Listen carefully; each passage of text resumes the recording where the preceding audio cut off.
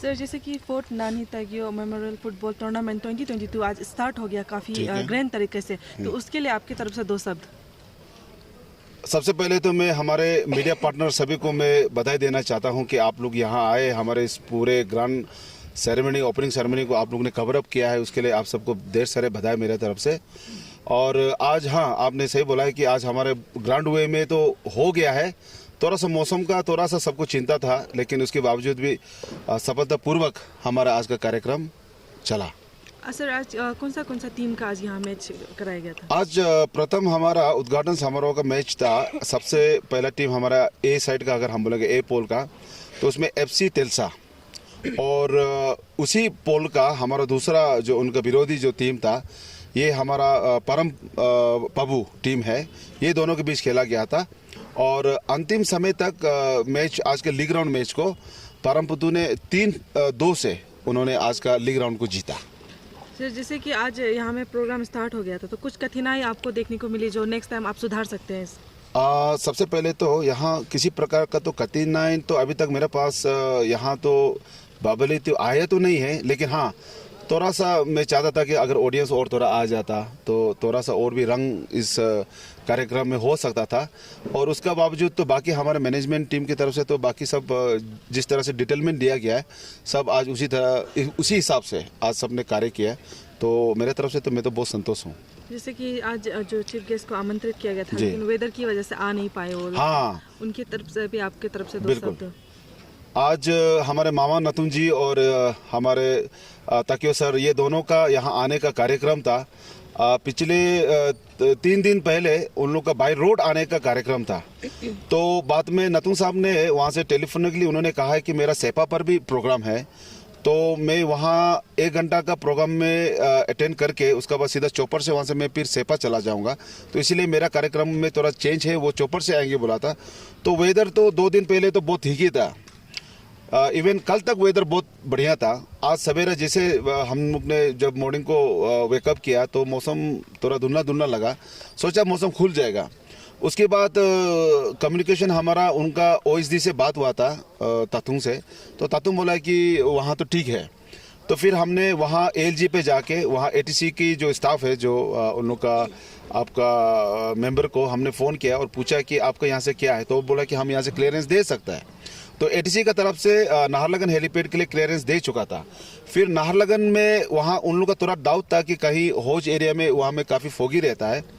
फिर उन्होंने वहाँ से ट्रायल किया, तो वहाँ से ट्रायल करके हौज 14 का एरिया तक पहुँचा है।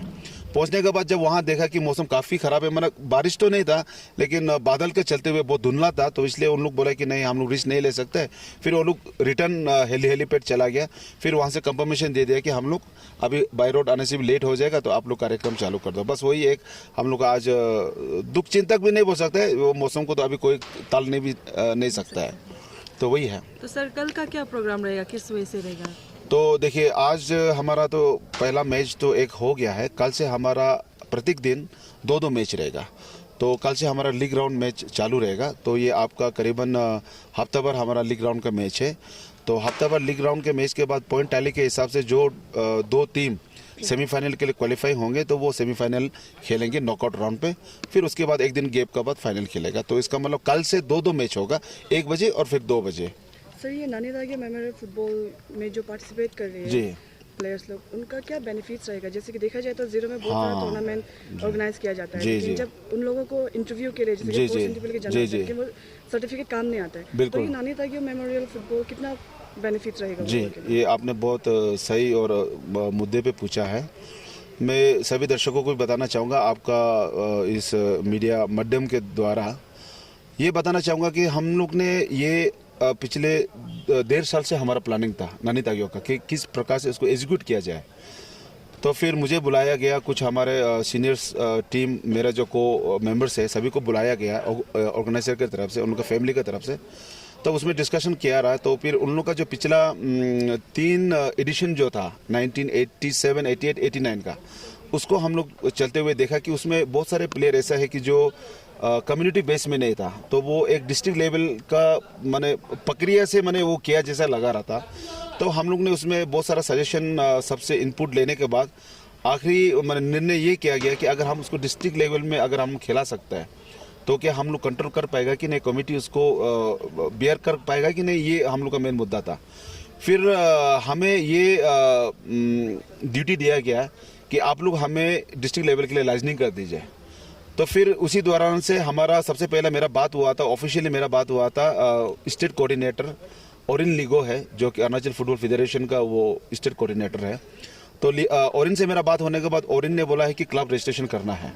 तो क्लब का रजिस्ट्रेशन के लिए बहुत सारा प्रोसीजर होता है, जिसमें इस नानी तागियों का उनका अपना मेमोरेंडम होना पड़ेगा, बायलॉस होना पड़ेगा, सोसाइटी रजिस्ट्रेशन होना पड़ेगा।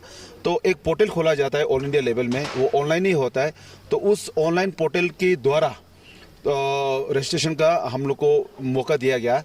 तो मैं उसके बाद हमारा प्लानिंग रहा कि चलो हम अभी क्या करेंगे। फिर हमारा नेक्स्ट स्टेप था कि डिस्ट्रिक्ट जो हमारा फुटबॉल जो एसोसिएशन है LSDFA, उसका हमारा अध्यक्ष हमारा नीलम मंगा जी है, सेक्रेटरी हमारे जोराम आपा जी है।